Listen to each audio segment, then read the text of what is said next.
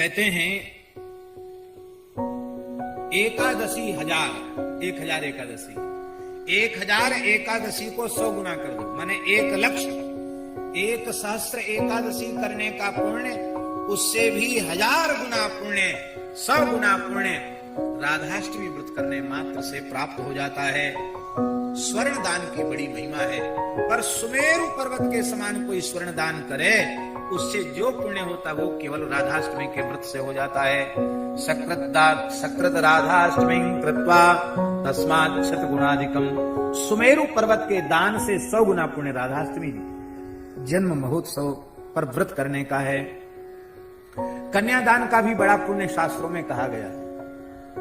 1 सहस्त्र कन्याओं का दान करे, 1000 अत्यंत अभावग्रस्त परिवार की कन्याओं का विधिवत विवाह करे, उससे जो पुण्य होगा वह पुण्य केवल एक बार राधाष्टमी व्रत कर लेने से हो जाता है। वृषभानुसुताष्टम्या तत्फलम प्राप्यते जनैः गंगादिषु च तीर्थेषु स्नात्वा तु यत्फलम भवेत् कृष्ण प्राण प्रियाष्टम्या फलम प्राप्नोति मानवः। गंगा आदि धरती की समस्त पवित्र नदियों में स्नान से जो पुण्य होता है उसका सैकड़ों गुना पुण्य केवल राधाष्टमी व्रत से हो जाता है। एतद् व्रतं तु यः पापी हेलया श्रद्धया पिवा करोति विष्णु सदनम गच्छेति कोटि कुलान्वितः। कहते कोई पापी मनुष्य बहुत श्रद्धा नहीं है उसकी, पर उसके द्वारा हो गया ये व्रत, तो कहते वह अपने कुलों के सहित भगवान के धाम में जाने का अधिकारी हो जाता है। इसलिए जो राधाष्टमी व्रत नहीं करता है वो मूढ़ मनुष्य है। नरकान निष्कृतिर नास्ति कोटि कल्प शतैरपि, तो करोड़ों कल्पों तक भी नरक से उसका उद्धार नहीं होगा। और स्त्रियश्च यान कुर्वन्ति व्रतमेतत् शुभप्रदम्, जो पुरुष नहीं करते उनको ये पाप लगता है, जो स्त्रियां नहीं करती उनको भी यही पाप लगता है।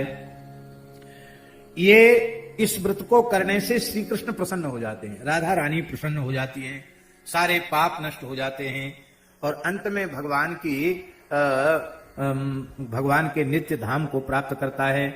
और जो नहीं करता उसको यमराज के यहाँ जाना पड़ता है। बोलो भक्तवत्सल भगवान की जय। राधाष्टमी की कथा जो श्रद्धा पूर्वक सुनता है वो संपूर्ण पापों से मुक्त होकर के भगवान के धाम में पहुंचने का अधिकारी हो जाता है।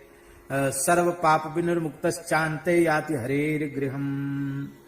बोलो राधा रानी की जय।